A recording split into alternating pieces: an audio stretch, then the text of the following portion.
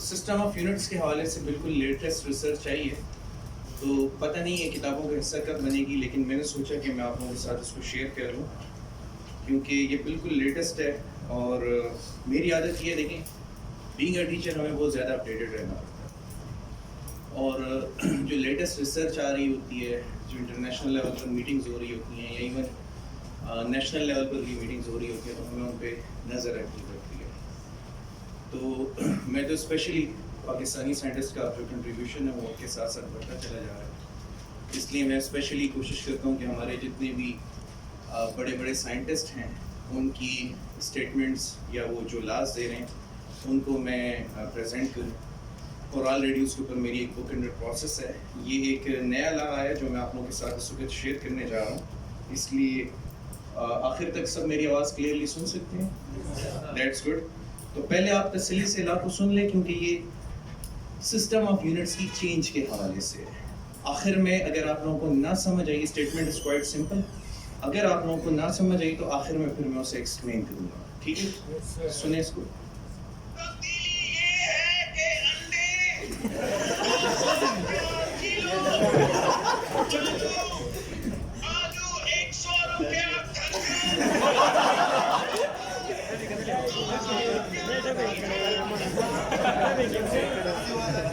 Please आप इसको एक दफा दोबारा सुनिए, आप इसके हिस्से में ये बिल्कुल क्लियर नहीं हुआ, इसलिए students please maintain silence so that every one of you can be benefited by this new system. And ये देखें, ये हुकूमत तब्दीली हुकूमत है और तब्दीली आ नहीं रही, तब्दीली आ चुकी है। So listen to the तब्दीली ये है कि अंडे 200 रुपया किलो, आलू 100 रुपया दर्जन,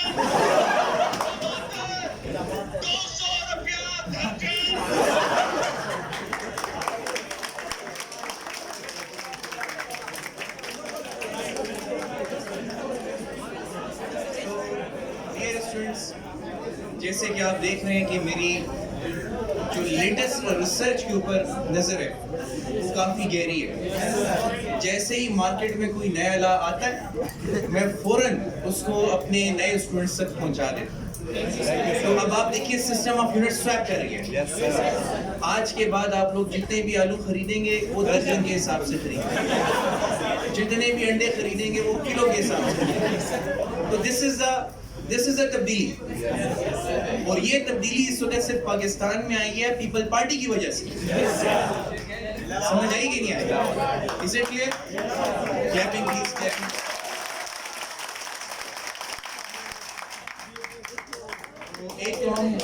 एक तो हम उस अजीम साइंसदान को सल्यूट करते हैं जिन्होंने ये तब्दीली प्रेजेंट की है। दूसरा thank you, credit goes to me as well because I have done an in-depth analysis. I had my eyes on this research and अगर मैं सोया होता, मुझे पता ना चलता तो क्या मैं आपको अपडेट कर पाता? इसीलिए आप देखेंगे टीचर्स को कितनी मेहनत करनी पड़ती है। समझ आएगी? The role of the teachers cannot be neglected in the society because जितनी भी चेंजेस आ रही हैं लाज में हम अपडेट करके आप तक पहुंचा रहे हैं। इसीलिए मैंने आपको कहा था कि याद रखें कि जब ज्यादा बारिश होता है समझ आई कि नहीं आई? तो आप लोग उस वक्त यकीन नहीं करते थे, अब आप लोगों को आराम आराम से यकीन आना शुरू हो गया, ठीक है ना? चलें आज के अपने टॉपिक से स्टार्ट करते हैं, इलेक्ट्रिक पोलराइजेशन। ठीक है जी, इलेक्ट्रिक पोलराइजेशन से आज हम स्टार्ट करते हैं। It's quite easy. हम एक पैरेलल प्लेट कैपेसिटर को कंसीडर करेंगे।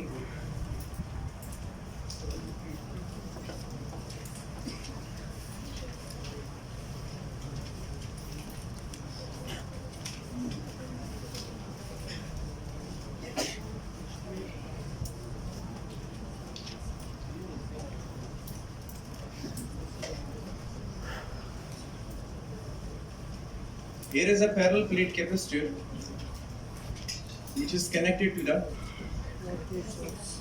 voltage source of potential V.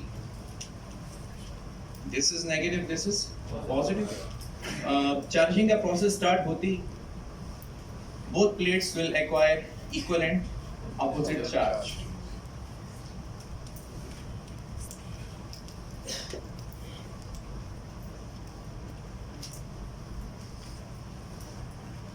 अच्छा, the plates are separated by some distance d.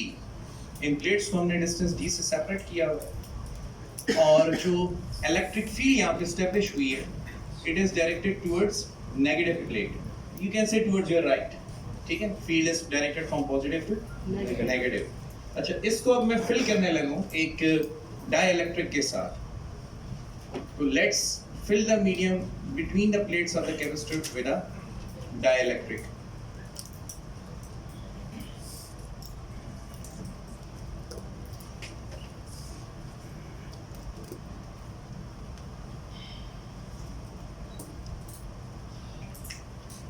अच्छा, डाइइलेक्ट्रिक के जो मॉलिक्यूल्स हैं, जब वो under the influence of the field आएंगे, नतीजा क्या होगा?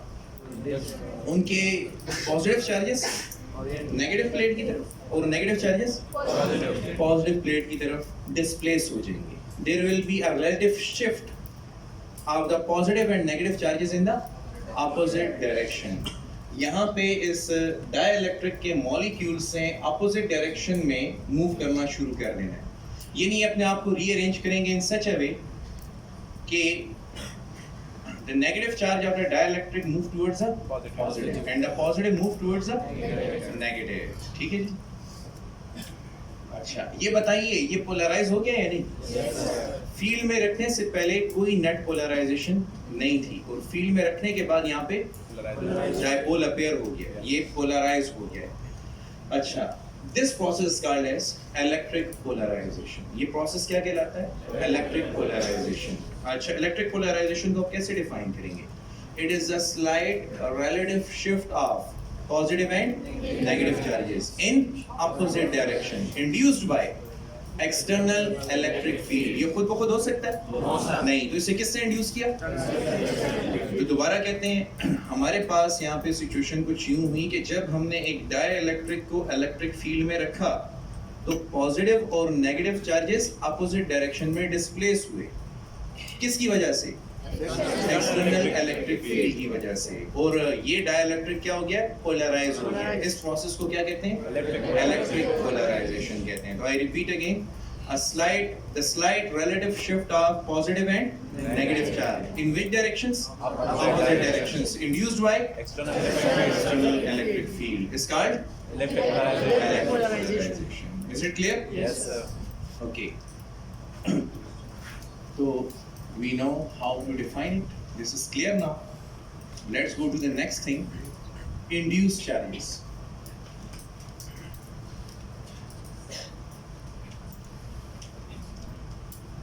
The charges appearing on the face of the dielectric due to external electric field are called induced charges. Simple.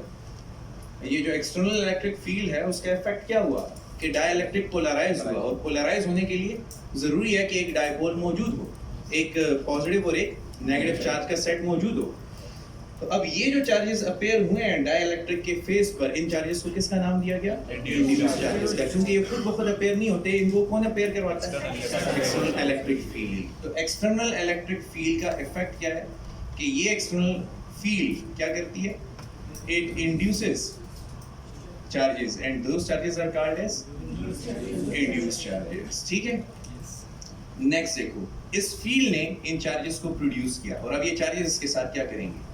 यहाँ पे पैदा करेंगे एक इंड्यूस्ड इलेक्ट्रिक फील्ड. एग्री करते हैं?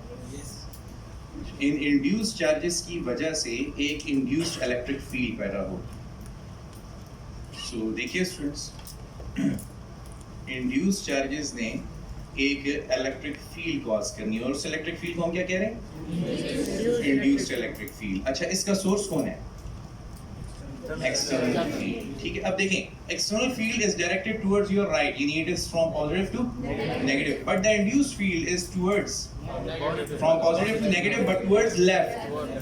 ये भी पॉजिटिव टू नेगेटिव है लेकिन it is directed towards left. अब आप देख सकते हैं कि आपकी एक्सटर्नल फील्ड अगर राइट की तरफ है तो इंड्यूस्ड फील्ड किस तरफ है? लेफ्ट की तरफ है। तो ये इंड्यूस्ड फील्ड क्या कह रही है?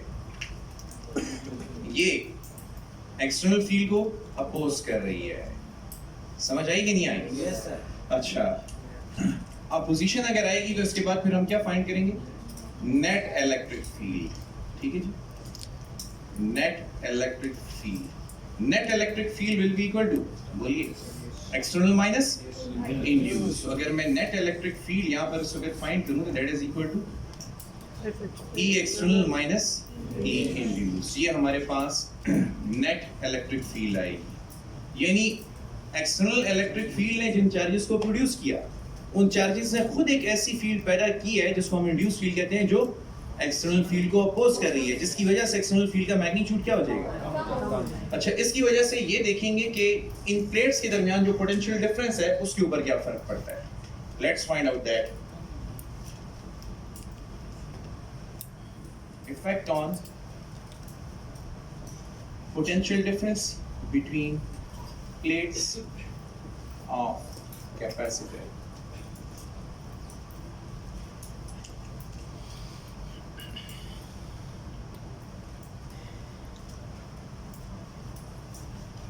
अच्छा, एक्सप्रेशन याद है? Electric field is the negative gradient of electric potential. Yes sir. इसको हम सिंपलीफाई करते हैं अपने लिए। नेगेटिव साइन क्योंकि सिर्फ डायरेक्शन को रिप्रेजेंट करता है उसे ओमिट कर दें। डेल्टा वी तो सिंपली वी कह दें और डेल्टा आर इन दोनों प्लेट्स के दरमियान डी। तो डी को इधर शिफ्ट करें, you get V is equal to D. ठीक है, अब देखें यहाँ पे नेट इलेक्ट्रिक फील्ड को यूज करते हैं। अच्छा स्टूडेंट्स, इस इक्वेशन को देखते हुए बताइए कि अगर ये प्लेट्स के दरमियान डिस्टेंस डी चेंज तो नहीं हुआ ना?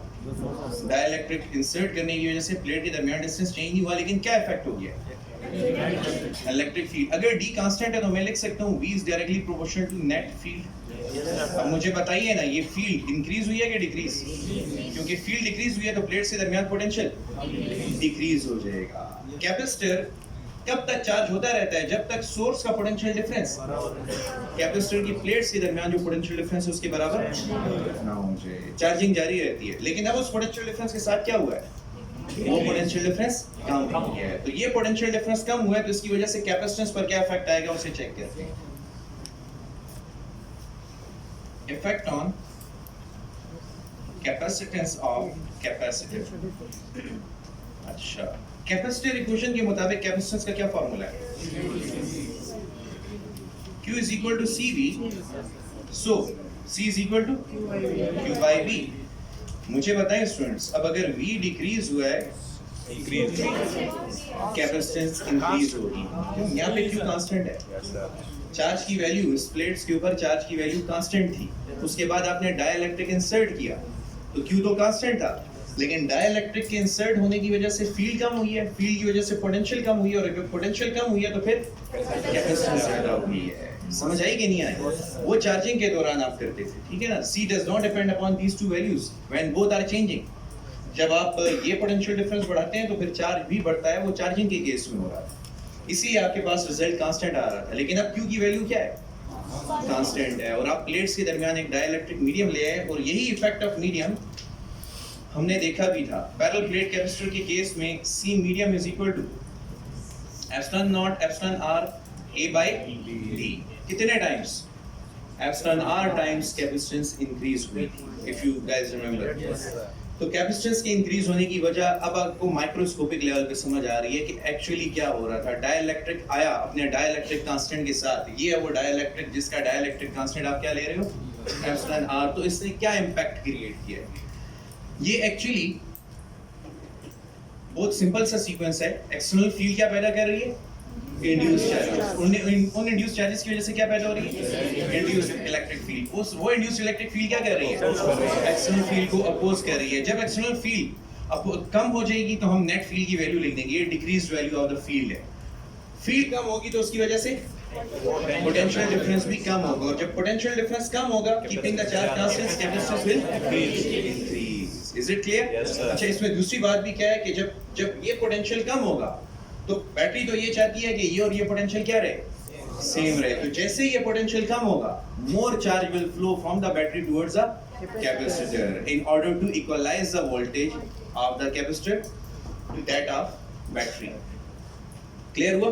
Yes, sir. जब ये वोल्टेज कम होगी, ये कैपेसिटर की प्लेट्स के दरमियान वोल्टेज है, तो फिर बैटरी तो ये चाहती है कि ये वोल्टेज और ये वोल्टेज बराबर हो, तो यहाँ से फिर मजीद चार्ज जाएगा कैपेसिटर की प्लेट्स की तरफ जो वोल्टेज को इक्वलाइज कर देगा. उसके बाद ये प्रोसेस दोबारा स्टॉप हो जाएगा. This is the effect. अब the next thing it is related to chemistry. आपके पास जो टाइप्स हैं डाइइलेक्ट्रिक मॉलिक्यूल्स की, दो पॉसिबल टाइप्स हैं. दे कैन बी पोलर और नॉन पोलर. पोलर मॉलिक्यूल्स भी हो सकते हैं और नॉन पोलर मॉलिक्यूल्स भी हो सकते हैं.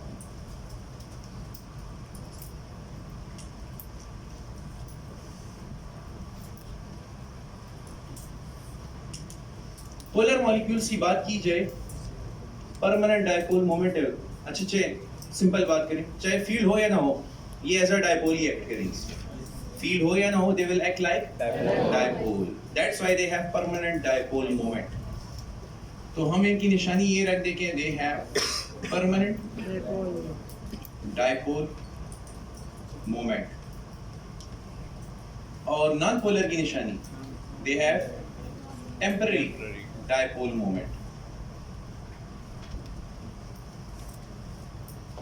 यानी they show polarization only under the influence of applied electric field. जब ये फील्ड में रखे जाएंगे तो ये पोलराइज होंगे, वरना इन मॉलिक्यूल्स में सेंटर ऑफ पॉजिटिव और नेगेटिव चार्ज एक ही जगह पर मौजूद होता है, कोई नेट मॉलिक्यूलर पोलैरिटी नहीं होती. And if you guys remember, हमने डायपोल मोमेंट के बारे में पढ़ा भी यही था. केमिस्ट्री में आप लोगों ने डायपोल मोमेंट के बारे में पढ़ा होगा. मैं एक छोटी सी झलक आप लोगों को इसकी दिखाता हूँ यहाँ पे. If you define dipole moment, then it is a product of charge times distance between the dipoles. It is a product of charge times distance between dipoles. Symbolically आप इसे कैसे शो करेंगे? P से शो करेंगे, और mathematically P is equal to Q times D. Scalar है या vector है?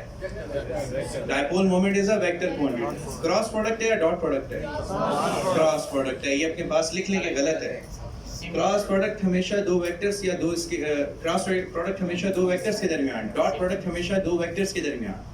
ये जो वेक्टर प्रोडक्ट्स आप पढ़ते हैं, multiplication of one vector with another vector, उसमें स्केलर और वेक्टर नहीं होते. ये चार्ज स्केलर है और ये वेक्टर है. तो it is a multiplication of a scalar quantity with a vector quantity, just like old times. Define momentum P is equal to m into v. तो क्या अब आप ये कहेंगे ये momentum is a cross product of mass and velocity? No, क्योंकि momentum vector तो है, लेकिन it is obtained by multiplication of a scalar quantity with a vector. Simple product है ये कोई वेक्टर प्रोडक्ट की कैटेगरी में नहीं आता. अच्छा स्टूडेंट्स, नेचर तो हम जान चुके हैं ऑलरेडी. क्या है नेचर? स्केलर या vector? It is a vector quantity. Vector quantity है तो इसकी डायरेक्शन क्या होती है? From negative to positive. Field में चल के देखते हैं ऐसा क्यों कहा जा रहा है.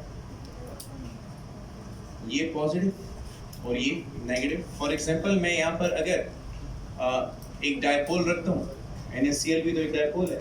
पोलर मॉलिक्यूल है, नॉन पोलर? पोलर मॉलिक्यूल है. अब मुझे बताएं इसमें मोमेंट प्रोड्यूस होगी तो कैसे रोटेट करेगा ये? इन सच अ वे 180 रोटेट करेगा कि इसका पॉजिटिव नेगेटिव प्लेट और इसका नेगेटिव पॉजिटिव प्लेट की तरफ चला जाए. तो इसकी फाइनल ओरिएंटेशन Cl माइनस, तो ये नेगेटिव से पॉजिटिव की तरफ डायरेक्टेड होता है. जितने भी डायपोल्स यहाँ पे आएंगे ये उनको रोटेट करेगा 180 डिग्री से. अच्छा, the next thing is the unit of dipole moment. Identify कीजिए कि इन दोनों में से कौन सा यूनिट है. कूलम इनटू मीटर या ampere second into metre? They both are equal. ठीक है, ये ऐसा यूनिट है केमिस्ट्री में जो आप पढ़ते हो, वो सीजीएस यूनिट है. डीवाई वो सीजीएस यूनिट है इसका. अच्छा, ये तो था हमारे पास सारा का सारा इलेक्ट्रिक पोलराइजेशन का किस्सा। अब आपको लेके चलते हैं charging and discharging of a capacitor में। तो पहले स्टडी करते हैं चार्जिंग ऑफ अ कैपेसिटर।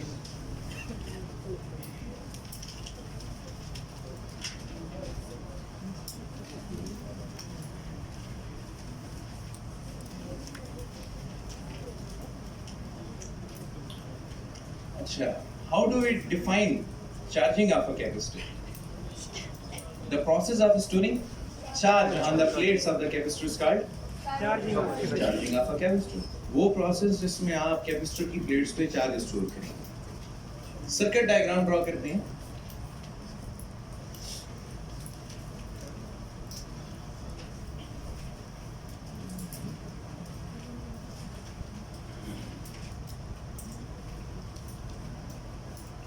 अच्छा, यहाँ पे कुछ सर्किट एलिमेंट्स मौजूद हैं। यहाँ पे एक स्विच एस है, ये माइनस प्लस वोल्टेज सोर्स, यहाँ पे मैंने लगाया हुआ एक रेजिस्टर आर, और यहाँ पे मेरे पास मौजूद है एक पैरेलल प्लेट कैपेसिटर जिसकी कैपेसिटेंस है सी। अभी स्विच ओपन है, सर्किट में कोई करंट फ्लो नहीं कर रही, तो it will not get any charge.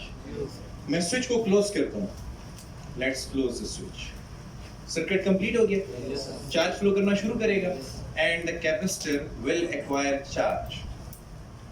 तो अब इसकी चार्जिंग जारी है and the charging will follow equation Q is equal to CV।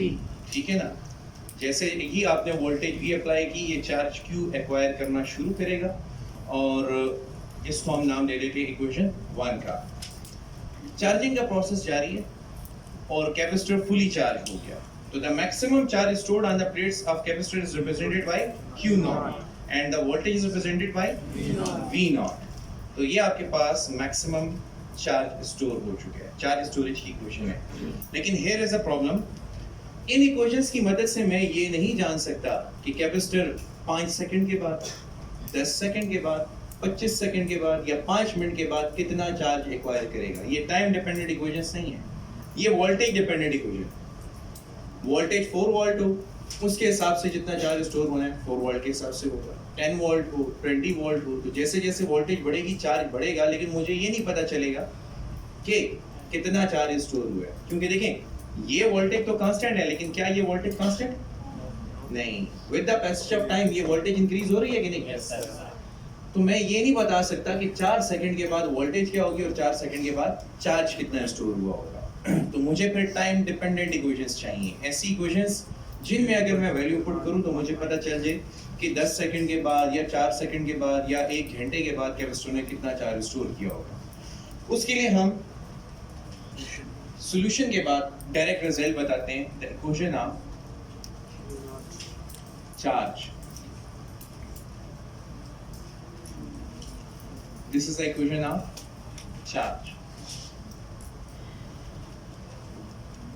ये इक्वेशन एक एक्सटेंसिव डेरिवेशन का नतीजा है। रिजल्ट आता है Q is equal to Q0 1 minus e to power minus t by RC। इसकी डेरिवेशन आपके कोर्स में नहीं है, आपको सिर्फ रिजल्ट को समझना है और उसके ऊपर जो स्पेशल केसेस हैं या इस इक्वेशन की जो इम्पोर्टेंट MCQ है उनको अटेम्प्ट करना होगा समझने के बाद। अच्छा, here it is important कि आपको ये समझ आए कि what is Q। Q is the charge at any instant of time। What is Q0? It is the maximum value of charge। What is E? Euler's constant या Euler's number, और इसकी value 2.7182, round of करके आप 2.72 ले सकते हैं। ठीक है, और what is T? T is the instant of time या duration of time after which you want to find the value of charge. For example आप कहते हैं 4 सेकंड के बाद कितना चार्ज स्टोर हुआ, 10 सेकंड के बाद कितना चार्ज स्टोर हुआ। तो T is basically your instant या ड्यूरेशन ऑफ टाइम या टाइम ड्यूरेशन। अच्छा, what is R? Resistance. It is the resistance of a resistor. What is C? Capacitance. It is the capacitance of capacitor.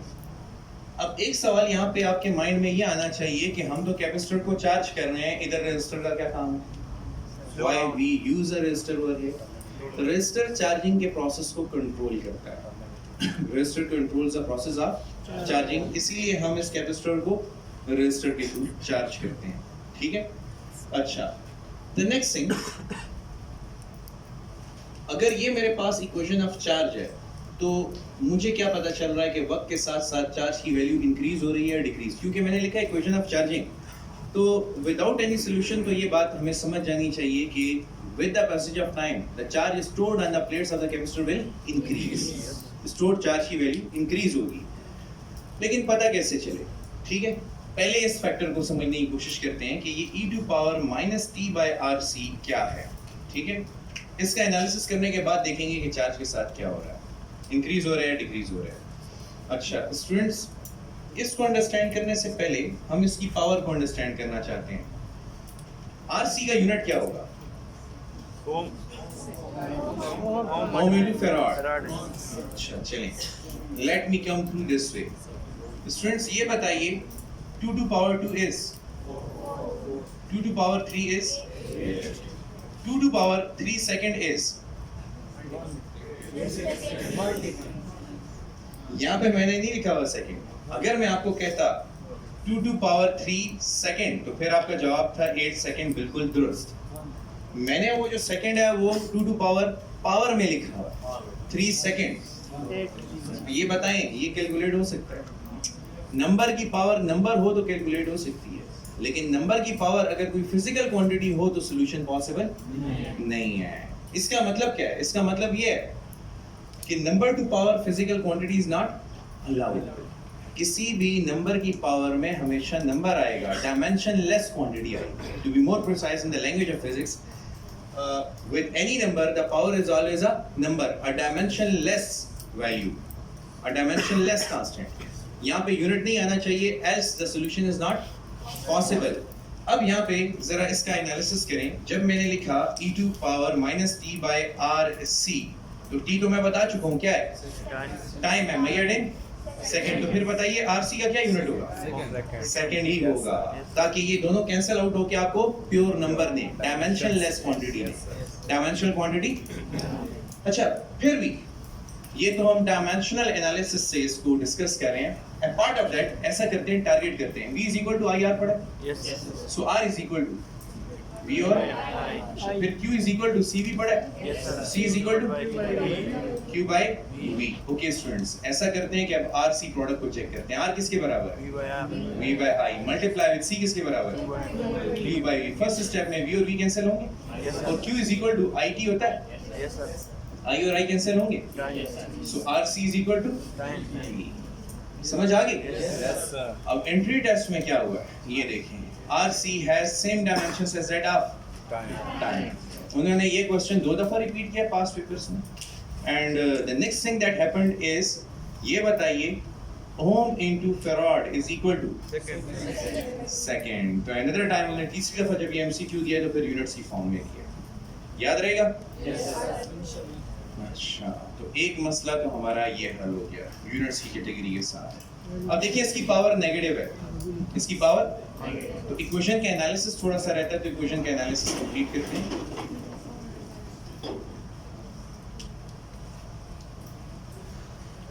Q is equal to Q naught 1 minus e to power minus t over RC। उसको ऐसे लिख सकते हैं, Q is equal to Q naught 1 minus 1 to 1 divided by t over RC। Yes sir। Q is equal to Q naught minus Q naught divided by e to power t by RC। ठीक है? अच्छा अब देखें, जितना ये factor छोटा होगा उतना ये सबट्रैक्शन का रिजल्ट बड़ा आएगा कि नहीं? फॉर एग्जांपल ये 1 हो और ये 100 हो तो रिजल्ट ये 2 हो और t की वैल्यू पुट करके चेक करते हैं। ये फैक्टर मैंने छोटा करना है, कम से कम रखना है। जितना ये फैक्टर कम होगा उतना मेरे पास रिजल्ट बड़ा होता जाएगा। That is completely true. लेकिन विद रिस्पेक्ट टू टाइम देखें, ये तो कांस्टेंट है ना। अब इस फैक्टर की वैल्यू एज ए होल छोटी रखनी है, हम छोटी रखेंगे। अच्छा अगर e टू पावर 1 हो, 1 divided by something, for example ये कांस्टेंट है, मैं आपको कह देता हूँ ये 1 है और इसकी वैल्यू 2 है, तो e टू पावर 0.5 आएगा। अच्छा बताओ e टू पावर 0.5 से रिजल्ट बड़ा होगा या e टू पावर 1 से? यार एक जगह पे आप इसके रूट ले रहे हो और एक जगह पे फर्स्ट पावर ले रहे हैं। अच्छा मैं आसान अल्फाज में पूछता हूँ, बताओ 2 टू पावर 0.5 का मतलब 1/2 और 2 टू पावर 1 कौन सा रिजल्ट बड़ा है? ये आता है 1.41 और ये आता है 2, ठीक है ना? यानी इसकी पावर जितनी बड़ी होगी उतना ये फैक्टर बड़ा होगा। अब मैं इसको ले रहा हूँ फॉर एग्जांपल 4/2, इंक्रीज हुआ। अब मैं इसको ले रहा हूँ 6/2, और बड़ा होगा क्योंकि 3 आ जाएगा। अब मैं इसको ले रहा हूँ 8/2, और बड़ा होगा ना, e टू पावर 4। अच्छा जितना डिनोमिनेटर बड़ा होगा उतना ये होल फैक्टर कम होता चला जाएगा। अब वापस आओ लॉजिक की तरफ। मैं क्या कर रहा था, मैं बेसिकली आपको कह रहा था आरसी की वैल्यू क्या है, 2 है, और मैं टाइम को 1 सेकंड से शुरू कर रहा हूँ। तो पहले सेकंड के बाद चार्ज ज्यादा होगा या दूसरे सेकंड के बाद? दूसरे सेकंड के बाद, क्योंकि अगर मैं यहाँ पे 1 पुट करता हूँ, फिर 2 पुट करता हूँ, फिर 3 पुट करता हूँ, फिर 4 पुट करता हूँ, तो जैसे जैसे मैं यहाँ पे डिनोमिनेटर की पावर बढ़ाता जाऊंगा वैसे वैसे ये होल फैक्टर क्या होता जाएगा, कम होता जाएगा। जितना ये एज अ होल फैक्टर कम होगा यहाँ पे उतना बड़ा रिजल्ट बचेगा। तो इसका मतलब कि वक्त गुजरने के साथ साथ चार्ज की वैल्यू इंक्रीज हो रही है। समझ आई बात? अच्छा अब नेक्स्ट की तरफ चलते हैं, इक्वेशन ऑफ वोल्टेज।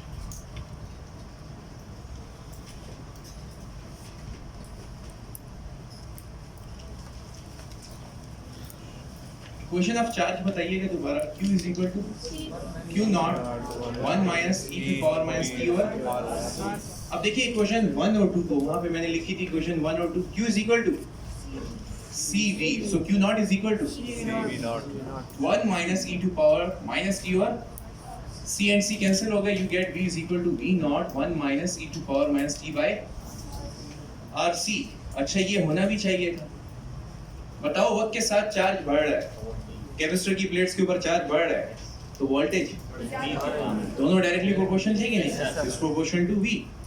तो ये भी इंक्रीज हो रहा है, वो भी इंक्रीज हो रहा है। अच्छा here is a task, equation of current, बहुत आसान है, वो मैं आप लोगों पे छोड़ता हूँ। So देखें आपके पास दोनों रास्ते मौजूद हैं, चार्ज की इक्वेशन भी मौजूद है और वोल्टेज की भी। तो दो माइंड्स होंगे यहाँ पे। इक्वेशन ऑफ करंट फाइंड करने के लिए बताइए क्या क्या रास्ता इख्तियार किया जा सकता है? I is equal to Q by T या फिर V is equal to IR, ठीक है? किससे करेक्ट रिजल्ट आएगा? दोनों में पुट करके चेक कर लेते हैं, ठीक है? दोनों में वैल्यूज पुट करते हैं, चेक करते हैं कि इनमें से कौन सा रिजल्ट करेक्ट है। सो देखिए स्टूडेंट्स, अगर इस इक्वेशन को t पे डिवाइड कर दूं तो Q by t is equal to Q naught by t into 1 minus e to power minus t over RC। Q by t is I, Q naught by t is I naught 1 minus e to power minus t over RC। अच्छा V is equal to IR अगर आप put करें यहाँ पर तो क्या आएगा? IR is equal to V naught किसके बराबर होगा? I naught into R 1 minus e to power minus t over RC। तो यहाँ पे क्या हो जाएगा? R cancels out with R and you get I is equal to I naught 1 minus e to power minus t over RC। समझ आ गई? तो बताइए कौन सी इक्वेशन करेक्ट है? दोनों के रिजल्ट सेम है कि नहीं? तो कौन सी इक्वेशन करेक्ट हुई? क्यों? अब क्या हो गया? बुक में Q को 1 के साथ मल्टीप्लाई नहीं किया, Q को 1 के साथ मल्टीप्लाई 1 माइनस C है। नहीं, ये तो देखो, ये तो कांस्टेंट्स हैं सारे, तो कांस्टेंट्स को तो आप नहीं, इधर आप चार्ज पे डिवाइड कर रहे हो। Q by T और Q naught by 1 by T से तो आपको कोई फिजिकल क्वांटिटी नहीं मिल रही, फ्रीक्वेंसी तो नहीं लेके आनी। ये T जो है ये थ्रू आउट सब पे डिवाइड हो रहा है, तो मैंने किसको दिया? चार्ज को करंट में कन्वर्ट करूंगा। समझ आई कि नहीं आई? यहाँ तक क्लियर है सबको? सो चाहे आप एक रास्ता बताएं जो कुछ लोगों ने बताया कि I is equal to Q by T, या चाहे आप दूसरा रास्ता बताएं जो कुछ और लोगों ने बताया V is equal to IR, दोनों सूरतों में रिजल्ट क्या आएगा?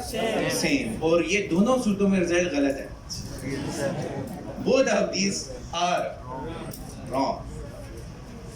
अच्छा, अब वापस आओ। आप लोग मैथ्स पे बिलीव करते हो और मैं कहता हूँ लॉजिक साथ लेके जाए, नहीं तो मैथ्स डुबो देगी। मैंने समझा शायद आपको समझ आ गई इसलिए आप कह रहे हैं, लेकिन आपके पास लॉजिकल नहीं था। स्टूडेंट्स एक बात बताइए, जैसे जैसे कैपेसिटर चार्ज हो रहा है, चार्ज इंक्रीज हो रहा है, अच्छा वोल्टेज इंक्रीज हो रही है। What about the current in the circuit? जैसे ही कैपेसिटर फुली चार्ज होगा, सर्किट में करंट स्टॉप हो जाएगी। तो इसका मतलब कि with the passage of time the current in the circuit is decreasing, circuit में करंट डिक्रीज हो रही है। तो सेम इक्वेशन नहीं चलेगी। एक तो आपने ब्लंडर किया है, आपने माशाल्लाह कंडक्टर्स के लिए जो ओम लाया वो आपने कैपेसिटर पे अप्लाई किया। ये नहीं है कि आप हर जगह पे उसको अप्लाई करें। हाँ, जब करंट ज्यादा होता है तो वोल्टेज ज्यादा होता है। तो ये हर जगह पर एप्लीकेबल नहीं है। अप्लाई करने के लिए आपको सर्टेन कंडीशंस को देखना पड़ता है। Listen, let's get to the situation. ये जो इक्वेशन ऑफ करंट है, it is I is equal to I not e to power minus T over RC। ये रिजल्ट भी डिराइव किया जाता है, लेकिन मैं बहरहाल इसका सहारा नहीं लूंगा। मैं आपको एक और तरीके से भी समझा सकता हूँ। Come to the diagram.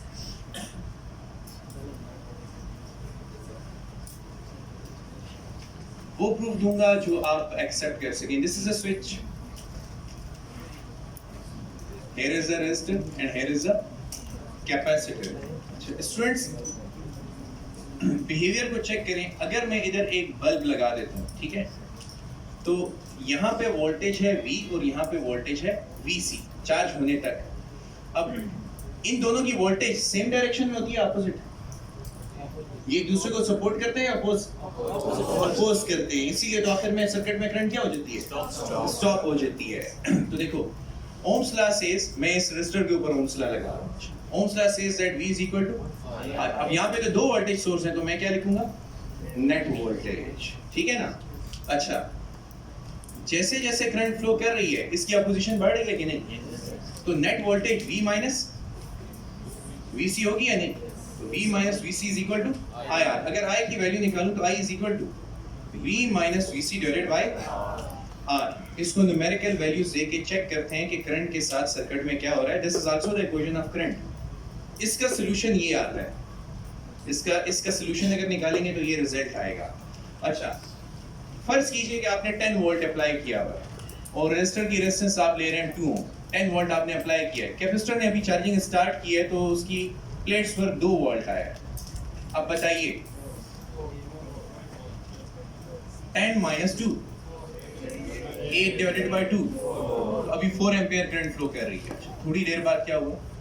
4 volt तक ये चार्ज हो चुका है। 10 माइनस 4, 6 डिवाइडेड बाय 2, 3। अच्छा, इसके ऊपर चार्ज मजीद इंक्रीज हुआ 6, वोल्टेज भी 6 वोल्ट हो गई। 10 माइनस 6, 4 डिवाइडेड बाय 2।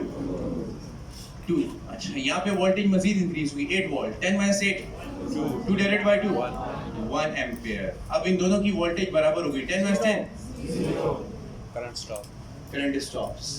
जैसे जैसे वोल्टेज कैपेसिटर की प्लेट से दरमियान बढ़ती जा रही है, वैसे वैसे सर्किट में करंट कम हो रही है। एंड द नेक्स्ट थिंग, अगर यहाँ पे ये जो बल्ब है, बल्ब कनेक्टेड है, तो with the passage of time इसकी ब्राइटनेस बढ़ रही है या कम हो रही है? कम हो रही है। समझ आ गई? So these are the equation of charge, voltage and current. और ये आपके एक शॉर्ट क्वेश्चन के साथ रिलेटेड है, उसे आप देख लीजिएगा। इंशाल्लाह बाकी हम करेंगे टाइम कांस्टेंट के हवाले से नेक्स्ट लेक्चर में। Thank you for today.